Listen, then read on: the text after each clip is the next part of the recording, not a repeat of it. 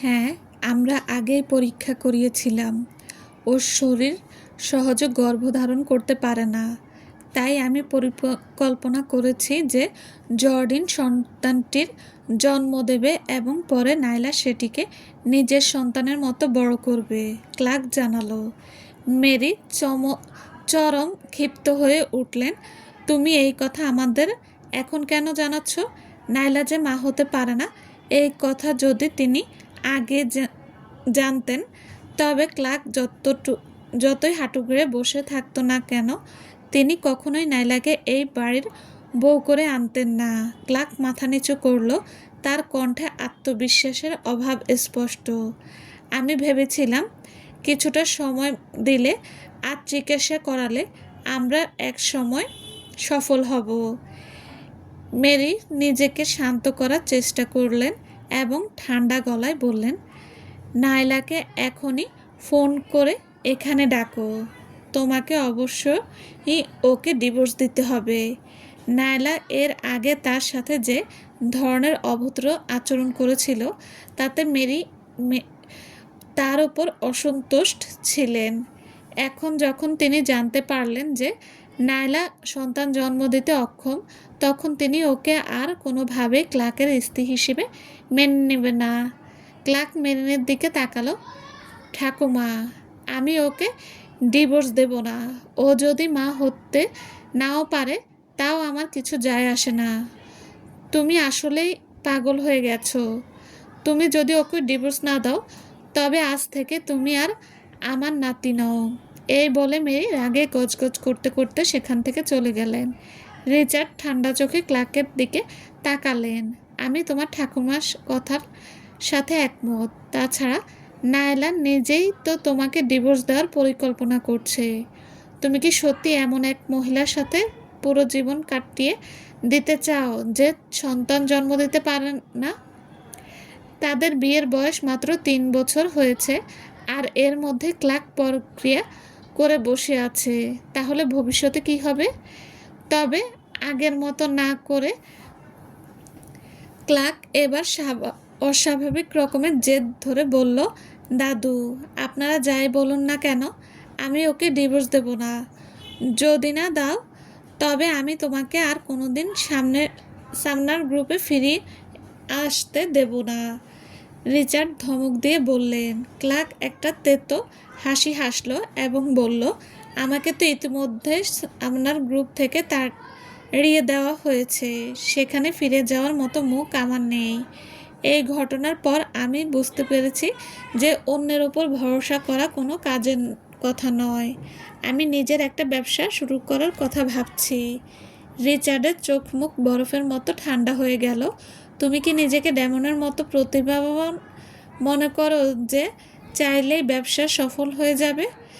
এতগুলো বছর ধরে ক্লার্ক রিচার্ডের এই ধরনের তুচ্ছ-তাচ্ছিল্য মুখ বুজে সহ্য করে এসেছে, কিন্তু এই মুহূর্তে সে আর নিজেকে ধরে রাখতে পারল না।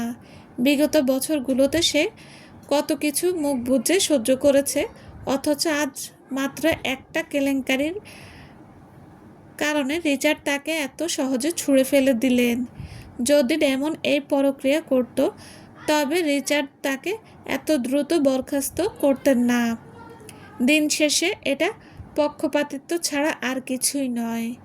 দাদু, আমি হয়তো কাকা ডেমনের মতো অতটা চালাক চতুর নই, কিন্তু অন্তত আমি নিজের ক্ষমতায় কঠোর পরিশ্রম করব আর আমি অন্য কারো স্ত্রীর দিকে নজর দেব না। রিচার্ড চরম স্তব্ধ হয়ে চোখ বড় বড় করলেন। তুমি কি বললে? অন্য কারো স্ত্রীর দিকে নজর দেওয়া মানে? ক্লার্ক সোজা হয়ে দাঁড়ালো এবং রিচার্ডের দিকে একটা উপহাসের দৃষ্টিতে তাকিয়ে বলল, এই বিষয়ে আপনি ওকেই জিজ্ঞেস করে নিন। আমিও দেখতে চাই আপনার সামনে সত্যটা স্বীকার করার মতো সাহস ওর বুকে আছে কি না। এ কথা বলেই ক্লার্ক পেছনে না তাকিয়ে হনহন করে হেঁটে চলে গেল। রিচার্ড পেছন থেকে রাগে চিৎকার করতে লাগলেন, কিন্তু ক্লার্ক তা সম্পূর্ণ উপেক্ষা করল। সামনাদের বাড়ির বাইরে এসে ক্লার্ক মেঘমুক্ত নীল আকাশের দিকে তাকালো। তার চোখে ক্ষোভ আর রাগ জ্বলছিল। সে মনে মনে প্রতিজ্ঞা করলো যে সে নিজের পথ নিজেই তৈরি করবে এবং আর কখনোই কারো হুমকিতে মাথা নত করবে না। ডেমন তখন স্পেন্স টেকনোলজিতে একটা মিটিংয়ে ব্যস্ত ছিল। ঠিক তখনই টেবিলের ওপর রাখা তার ফোনটা কেঁপে উঠল। ফোনে রিচার্ডের নাম দেখে সে কিছুটা অবাক হলো এবং মিটিংয়ের সবাইকে উদ্দেশ্য করে বলল, চলুন আমরা 10 মিনিটের একটা ব্রেক নিই। সে ফোনটা তুলে জানালার দিকে এগিয়ে গেল। ফোনটা কানে ধরতেই ওপাশ থেকে রিচার্ডের প্রচণ্ড রাগান্বিত কণ্ঠস্বর ভেসে এলো, ডেমন, ক্লার্ক এইমাত্র তোমার বিরুদ্ধে অভিযোগ করলো যে তুমি অন্য কারো স্ত্রীর দিকে নজর দিয়েছ। কি চলছে এসব? ডেমন তার চোখ দুটো ছোট করলো। মনে হচ্ছে ক্লার্ক আসলেই আর সামনার গ্রুপে ফিরে আসতে চায় না। আমি এখন একটা মিটিংয়ে আছি। আজ রাতে আমি আপনাকে সব কিছু বুঝিয়ে বলবো, ডেমন বলল। যেহেতু নায়লা এবং ক্লার্কের এখনও ডিভোর্স হয়নি, তাই ডেমন চায়নি যে নায়লার প্রতি তার অনুভূতির কথা সামনার পরিবারের লোকজন এখনই জানুক। যদিও সে প্রথমেই নায়লার প্রেমে পড়েছিল, তাও সামনাররা সম্ভবত ভাবত যে নায়লাই তাকে প্রলুব্ধ করেছে। রিচার্ড কোনো জবাব না দিয়ে সরাসরি ফোনটা কেটে দিলেন।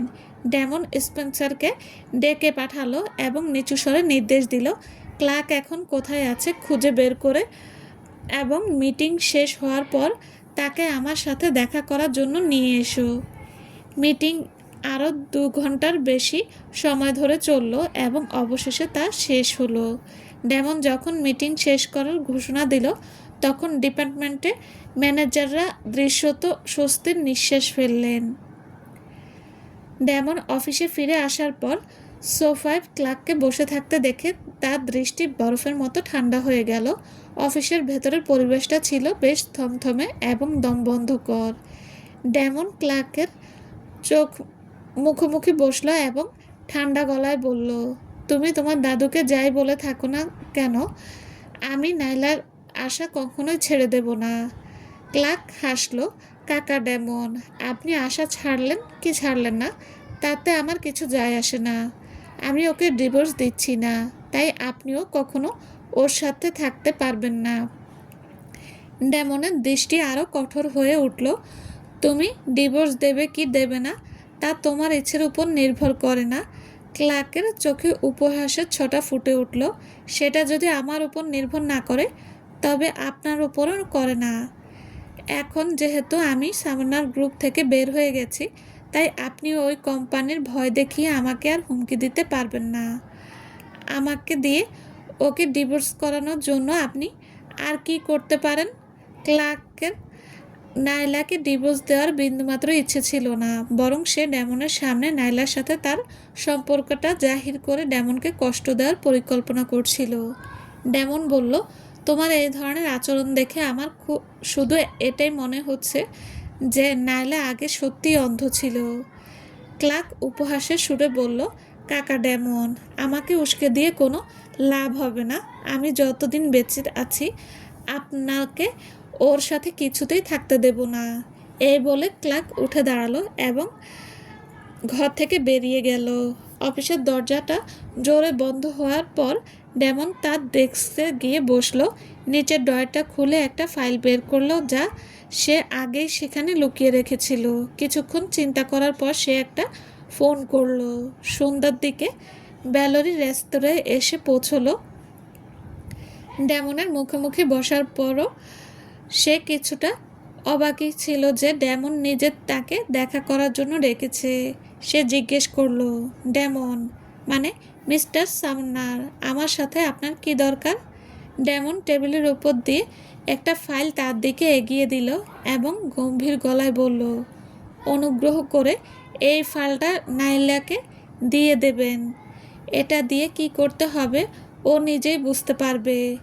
ব্যালারি অবাক হয়ে চোখ বড় বড় করলো এবং কপাল কুঁচকে বলল, মিস্টার সামনার, আমার যদি ভুল না হয় থাকে তবে নায়লা এখন টেকনোলজিতেই কাজ করছে। এটা কি আপনার জন্য সরাসরি ওকে দিয়ে দেওয়াটা বেশি সহজ হতো না?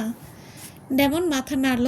হ্যাঁ, কিন্তু আমার নিজের হাতে এটা ওকে দেওয়ার কিছু নিজস্ব কারণ আছে। আমি আশা করি আপনি এই বিষয়টি গোপন রাখবেন। আমি কি কারণটা জানতে পারি? ডেমন কেন ফাইলটা পৌঁছে দেওয়ার জন্য তাকে ব্যবহার করছে তা নিয়ে ভ্যালেরির মনে কৌতূহল জাগলো। ডেমন বলল, মিস ওয়ার, আমি সুনির্দিষ্ট কারণগুলো এখন প্রকাশ করতে পারছি না। তবে ও যদি আপনাকে নিজে থেকে বলতে চায় তাহলে ফাইলটা দেওয়ার পরই আপনি সব কিছু বুঝতে পারবেন। আপনি যদি এই সাহায্যটুকু করেন তবে আমি আপনার কাছে কৃতজ্ঞ থাকব। ভ্যালেরি ফাইলটা হাতে নিল এবং হাসল। কৃতজ্ঞতার কথা বাদ দিন। আমি শুনেছি হোটেল থেকে পড়ে যাওয়ার পর আমি যখন কোমায় ছিলাম তখন আপনি অ্যাম্বুলেন্স ডেকে আমাকে হাসপাতালে পাঠিয়েছিলেন। এর পেছনে যে জ্যাকুলিনের হাত ছিল তাও খুঁজে বের করে আপনি সাহায্য করেছিলেন। এটাকে সেই উপকারের একটা ছোট্ট প্রতিদান হিসেবে ধরে নিন। আপনাকে ধন্যবাদ, মিস ওয়ার, ডেমন জবাব দিল। ভ্যালেরি জিজ্ঞেস করলো, তবে এই ফাইলটা নিশ্চয়ই খুব গুরুত্বপূর্ণ। নাইলা যদি জিজ্ঞেস করে যে আমি এটা কোথায় পেলাম, তখন আমি ওকে কি বলবো? শুধু বলবেন পিট নামের একজন মানুষ এটা আপনার কাছে পাঠিয়েছে। ডেমন উত্তর দিল।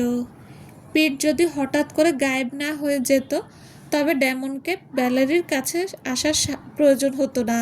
বুঝতে পেরেছি, ভ্যালেরি বলল। তাদের কথাবার্তা শেষ হওয়ার পর ভ্যালেরি ডেমনের সাথে রাতের খাবার খাওয়ার জন্য আর থামল না, কারণ তাদের মধ্যে তেমন কোনো ঘনিষ্ঠতা ছিল না। সে বলল, আর কোনো কথা না থাকলে আমি এখন আসি। ডেমন গভীর দৃষ্টিতে তার দিকে তাকালো। মিস ওয়ার, দয়া করে এ বিষয়টি গোপন রাখবেন। আমি চাই না কেউ জানুক যে আমি এই ফাইলটি আপনার হাতে দিয়েছি। চিন্তা করবেন না, এটা কেবল আমার আর আপনার মধ্যেই থাকবে। ভ্যালেরি তাকে আশ্বস্ত করলো। রেস্তোরাঁ থেকে বের হওয়ার পর ভ্যালেরি সোজা নাইলার বাসার উদ্দেশ্যে রওনা দিল। নাইলা যখন ভ্যালেরিকে দেখল সে বেশ অবাক ও খুশি হলো। ভ্যালেরি, তুমি এখানে এই সময়? ভ্যালেরি হাসলো। তোমার কথা মনে পড়েছিল তাই চলে এলাম। আগে ভেতরে তো ঢুকতে দাও। নাইলা তাকে ভেতরে আসার জন্য পথ ছেড়ে দিল। লিভিং রুমে বসার পর ভ্যালেরি তার ব্যাগ থেকে ফাইলটি বের করে নাইলার হাতে দিল। নাইলা বেশ বিভ্রান্ত মুখ করে সেটি হাতে নিল। এটা কি? নাইলা ফাইলটি খোলা মাত্রই যখন প্রথম কয়েকটা লাইন পড়ল তখন তার মুখের অভিব্যক্তি পুরোপুরি বদলে গেল। ভ্যালেরি, এটা তুমি কোথায় পেলে? নাইলার এমন গম্ভীর ভাব দেখে ভ্যালেরি সহজভাবেই বলল, পিট নামের একজন লোক এটা আমার কাছে পাঠিয়েছিল এবং তোমাকে দিতে বলেছিল। তুমি কি তাকে চেনো? ফাইলের ভেতরে কি আছে? ভ্যালেরি দেখার জন্য একটু ঝুঁকে এলো, কিন্তু নাইলা দ্রুত ফাইলটি বন্ধ করে দিয়ে জিজ্ঞেস করলো, তুমি কি এটা পড়েছো?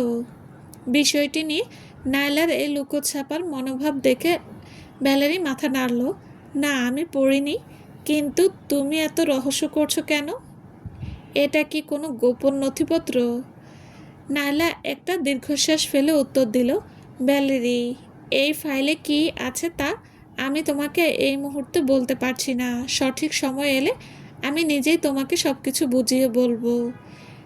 না, ভ্যালেরি সাধারণত অন্যের ব্যক্তিগত বিষয়ে নাক গলানো পছন্দ করতো না, তাই সে আর জোরাজোরি করলো না। সে বলল, ঠিক আছে, আমার অন্য কিছু কাজ আছে। পরের বার আবার তোমার সাথে দেখা করতে আসবো। আচ্ছা, চলো তোমাকে এগিয়ে দিয়ে আসি। নাইলা জবাব দিল। দরজার কাছে এসে নাইলা কৃতজ্ঞতাপূর্ণ দৃষ্টিতে ভ্যালেরির দিকে তাকালো। ভ্যালেরি, তোমাকে অনেক ধন্যবাদ। এই ফাইলটি আমার জন্য খুব গুরুত্বপূর্ণ। নাইলার এই গম্ভীর মুখ দেখে ভ্যালেরি না হেসে পারল না। ধন্যবাদ দেওয়ার কিছু নেই। দিন শেষে আমরা তো বন্ধু। নিজের খেয়াল রেখো। ভ্যালেরি চলে যাওয়ার পর নাইলা সঙ্গে সঙ্গে পিটকে কল দিল, কিন্তু তার ফোন বন্ধ ছিল। সে তাকে একটি মেসেজও পাঠালো, কিন্তু কোনো উত্তর এলো না। পিট হয়তো কোনো বিপদে পড়েছে এমনটা সন্দেহ করে সে তার অ্যাকাউন্টে কিছু টাকা পাঠিয়ে দিল এবং ধন্যবাদ জানিয়ে মেসেজ করলো। ফাইলটি আবার খুলে মন দিয়ে পড়তে শুরু করলো। এই ফাইলে কেবল সাইরাস এবং ক্লেমেন্টের একসাথে মিলে হ্যারিস ফার্মাসিউটিক্যালসের বিরুদ্ধে ষড়যন্ত্র করার প্রমাণই ছিল না, বরং তাদের দুজনের আরও বেশ কিছু অপরাধমূলক কর্মকাণ্ডের প্রমাণও ছিল। নাইলা যতই পড়ছিল তার কপালের ভাঁজ ততই গভীর হচ্ছিল, ফলে দরজার লক খোলার মৃদু শব্দটুকুও তার কানে পৌঁছল না। হালকা পায়ের আওয়াজ পাওয়ার পর সে যখন চমকে উঠে তাকালো, তখন দরজায় ক্লার্ককে দাঁড়িয়ে থাকতে দেখে ভয়ে তার মুখ ফ্যাকাশে হয়ে গেল। সে অবচেতনভাবে ফাইলটি বন্ধ করে দিল এবং ঠান্ডা গলায় জিজ্ঞেস করলো, তুমি এখানে কি করছো? টেবিলের উপর রাখা ফোনের দিকে নাইলা হাত বাড়াচ্ছে দেখে ক্লার্ক শান্ত গলায় বলল, নাইলা, তুমি ডেমনের সাথে যোগাযোগ করো আর পুলিশকেই ডাকো। কোনো লাভ হবে না। আমি তোমার স্বামী। আমার এখানে থাকাটা খুবই স্বাভাবিক। তার কথা সম্পূর্ণ উপেক্ষা করে নাইলা দ্রুত তার ফোনটি আনলক করলো, কিন্তু ক্লার্ক তার চেয়েও চটপটে ছিল। নাইলা ফোনটি আনলক করার মুহূর্তেই সে কেড়ে নিয়ে নিল। নাইলা ফোনটি ফিরে পাওয়ার জন্য ধস্তাধস্তি করতে গেল, আর ঠিক তখনই ফাইলটি হাত থেকে মেঝেতে পড়ে গেল। মেঝেতে পড়ার সাথে সাথে ফাইলটি খুলে গেল এবং ক্লার্কের দৃষ্টি সেদিকে আটকে গেল। নাইলা আতঙ্কিত হয়ে ক্লার্কের উপর ঝাঁপিয়ে পড়ল, আমার ফোন ফেরত দাও। তার আচমকা আক্রমণে ক্লার্ক কিছুটা পিছিয়ে গিয়ে ভারসাম্য বজায় রাখার চেষ্টা করলো। সে নাইলার হাত চেপে ধরে ঠান্ডা গলায় বলল, আমি আজ এখানে তোমার সাথে একটা বিশেষ আলোচনা করতে এসেছি। নাইলা ঝটকা মেরে তার হাত সরিয়ে নিল। তোমার সাথে আমার কোনো আলোচনা আর কিছু নেই। সে ক্লার্কের দিকে এক দৃষ্টিতে শীতল ও অনড় চোখে তাকালো। তার এই রূপটি ক্লার্কের চেনা সেই এক সময়ের কোমল স্বভাবের নারীটির চেয়ে সম্পূর্ণ আলাদা ছিল। নাইলা, আমি দিদু আর ঠাকুমাকে জানিয়ে দিয়েছি যে আমি আর সামানার গ্রুপে ফিরছি না। আমি নিজের একটা ব্যবসা শুরু করার পরিকল্পনা করছি, ক্লার্ক বলল। নাইলার মুখের অভিব্যক্তি অপরিবর্তন রইল। তুমি কি করবে না করবে তার সাথে আমার কোনো সম্পর্ক নেই। ক্লার্কের দৃষ্টি অন্ধকার হয়ে গেল। নাইলা, আমরা বিবাহিত, আমাদের সারা জীবন একসাথে কাটানোর কথা। তুমি কি সত্যি আমাদের সম্পর্কটাকে এতটা তিক্ত করে তুলতে চাও? তার কথাগুলো নাইলার কাছে বেশ হাস্যর মনে হলো। সে এখন কোন দুঃস্বপ্নে বিভোর হয়ে ভাবছে যে নাইলা তার সাথে জীবন কাটাবে। নাইলা নীরবতা দেখে ক্লার্কের হাতের মুঠোয় ফোনের ওপর আরও শক্ত হয়ে উঠল। তার আঙ্গুলের গিঁটগুলো সাদা হয়ে গেল। সে একটা দীর্ঘশ্বাস নিল এবং মৃদুস্বরে বলল, তোমাকে দাদু ঠাকুমার সামনে গিয়ে এটা বলাটা আমার ভুল ছিল যে তুমি নিজের সন্তান চাও। আমি ক্ষমা প্রার্থী। ভবিষ্যতে আমি তোমাকে এমন কোনো কাজ করতে বাধ্য করব না যা তুমি চাও না। তোমার যদি শুধু এটুকুই বলার থাকে তবে তুমি এখন আসতে পারো, নাইলা সংক্ষিপ্তভাবে বলল। নাইলা, আমার ব্যবসা শুরু করার জন্য তোমার সাহায্য প্রয়োজন। তুমি প্রোটক্স টেকনোলজিতে অন্য অধীনে কাজ করছো, কেন আমার সাথে যোগ দিচ্ছ না? তোমাকে শুধু ল্যাবে ড্রাগস রিসার্চের দিকে মনোযোগ দিতে হবে। বাকি সব কিছু আমি সামলে নেব এবং তোমাকে কোম্পানির শেয়ার দেব। তুমি হবে একজন শেয়ার হোল্ডার। তোমার কি মনে হয়? ক্লার্ক প্রস্তাব দিল। নাইলা মৃদু হাসল। তাহলে অবশেষে তুমি তোমার আসল উদ্দেশ্যটা প্রকাশ করলে। কিন্তু দুঃখের বিষয় হলো এই মুহূর্তে আমার কাছে দ্বিতীয় কোনো পেন্ট নেই। আর যদি থাকতো আমি সেটা তোমাকে কখনোই দিতাম না। দিন শেষে এটা স্পষ্ট ছিল যে ক্লার্ক কেবল তার উপকারে আসবে বলে তাকে আঁকড়ে ধরার চেষ্টা করছে। ক্লার্ক কপাল কুঁচকে বলল, তোমার কাছে থাকবে না কেন? তুমি কি প্রোটক্স টেকনোলজিতে নতুন কোনো ড্রাগস তৈরি করছো না? তুমি চাইলে সেই প্রোটক্সটা এখানে নিয়ে আসতে পারো। তার এই দুষ্টপূর্ণ মনোভাব দেখে নাইলার মনে এক তীব্র বিতৃষ্ণা আর দূরত্বের অনুভূতি জেগে উঠল। এক সময়ের প্রাণবন্ত তরুণীটি আজ এক চরম স্বার্থপর ও ভণ্ড সরি এক সময় প্রাণবন্ত তরুণটি আজ এক চরম স্বার্থপর ও ভণ্ড ব্যক্তিতে পরিণত হয়েছে। তোমার লোভের আসলেই কোনো সীমানা নেই, নাইলা তীব্র কটাক্ষ করে বলল।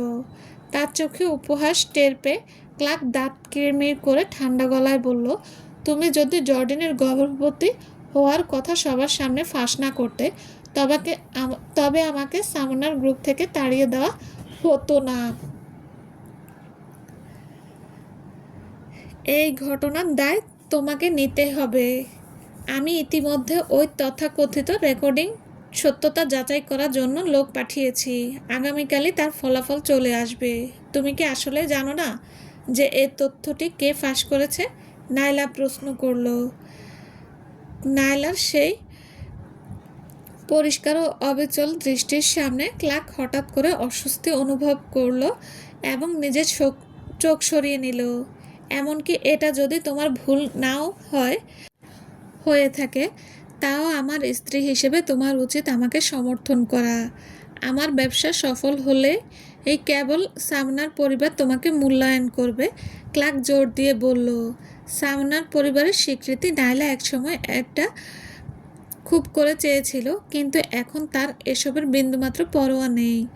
যাই হোক, সে যদি ক্লার্ককে এখান থেকে তাড়ানোর কোনো উপায় খুঁজে না পায়, তবে ক্লার্কের হাতে ওই ফাইলটি পড়ে যাওয়ার বড় ঝুঁকি রয়েছে। এটি অনুধাবন করতে পেরে নাইলা তার ঠোঁট কামড়ে তার চোখের ভেতরে মানসিক দ্বন্দ্ব স্পষ্ট হয়ে উঠল। সে বলল, আমাকে এটা নিয়ে ভেবে দেখতে হবে। কোম্পানি যদি জানতে পারে তবে আমার জেল পর্যন্ত হতে পারে। তার এই দ্বিধাদ্বন্দ্ব দেখে ক্লার্কের মুখের ভাব কিছুটা নরম হলো। ঠিক আছে, আমি তোমাকে চিন্তা করার জন্য সময় দিচ্ছি। আমার এখন বিশ্রামের প্রয়োজন। তুমি এখন যাও, নাইলা বলল। ক্লার্ক নাইলার স্বভাব জানত, তাই সে আর বেশি জোরাজুরি করল না এবং ফোনটি তার হাতে ফেরত দিল। চলবে। আসসালামু আলাইকুম। যদি গল্পটি ভালো লেগে থাকে প্লিজ লাইক, কমেন্ট ও শেয়ার করে দেবেন। আর যারা আমার চ্যানেল এখনও সাবস্ক্রাইব করেননি তারা সাবস্ক্রাইব করে দেবেন। সবাই ভালো থাকবেন। আল্লাহ হাফেজ।